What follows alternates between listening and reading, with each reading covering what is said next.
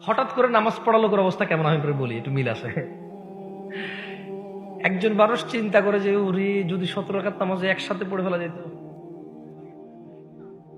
তাহলে একবারে মসজিদে ঢুকে এক ওযুতে কি 5 ওয়াক্ত শেষ।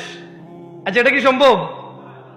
এই ওয়াজ আয়োজক আর ওয়াজের শ্রবণকারীরা পুরো বছরে 365 দিন চিন্তা করে, আর ভাই আজকে আইসি যা বলার বল, সব সহ্য করবো, আগামী তুই 364 দিন আর পাবি না। আমার খুতবায় আমি যাবো না, জুমার আমি রুকুতে যাব।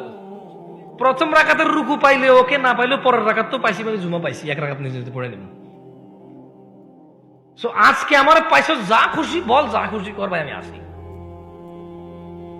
কালকে ছেলে পেলে স্কুলে যাবে না, বলবে আমাদের এখানে মাহফিল ছিল তো হুজুর অনেক রাত পর্যন্ত মাহফিল করে যে ঘুম থেকে উঠতে পারেনি।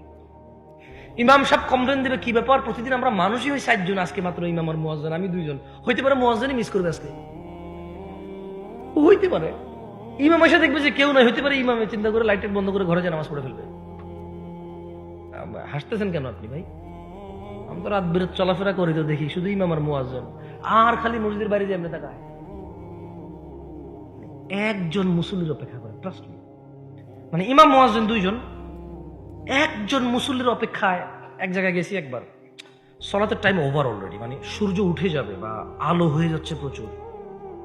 ওই এক ভদ্রলোক মুরব্বী, এর হাত একটু অসুস্থ ছিল ওনার, বারবার যায় খালি বারান্দা দেখে, বারবার যায় খালি বারান্দা দেখে। তো আমি বললাম, আমি 2014 সালের কথা বলতেছি, আপনাকে কত সাল, এখনকার অবস্থা আরো খারাপ হয়তো আমি জানি না, বা আরো ভালো আমি জানি না।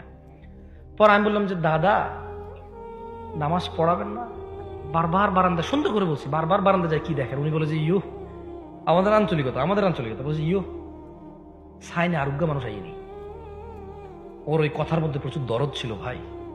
বিশ্বাস করেন, একজন ইমাম আর মুয়াজ্জিন বারবার যা বারান্দা তাকাচ্ছিল, খালি আর একজন আসে কিনা। কয়জন আসে কিনা? একজন। তো একজন মুসল্লির জন্য ইমাম মুয়াজ্জিন নামাজের টাইম পর্যন্ত ক্রস করে ফেলতেছে যে খালি একজন আসে কিনা। এই হলো আমাদের ইসলামের সামাজিকতা। এ হলো আমাদের, এটা 18তম মাহফিল। কততম মাহফিল? 18তম মাহফিল। অনেকে আছে গত 17 বারই ওয়াজ শুনছে, কিন্তু যদি বলি যে একটা হাদিস বলেন আপনি মুখস্থ করছেন, ওকে আপনি 17 বছর আগে কোরআন পড়তে পারতেন না, শুধু 17 বছর শুধু ওয়াজে আইসা 17 বার ওয়াজে আসছেন, এরপর আপনার কাছে মনে হচ্ছে না কোরআন শিখে ফেলতে হবে, আপনি এরপরে মক্তবে গেলেন বা মাদ্রাসায় গেলেন, হুজুরকে ধরলেন বা একজন টিউশন মাস্টার রাখলেন, আপনি কোরআন শিখছেন। একজন পাবো কিনা সন্দেহ আছে। সো মানে what is the benefit of this things আমি জানি না। ওয়াজের সিজন আসে আলু বিক্রির সময়, ধান বিক্রির সময়।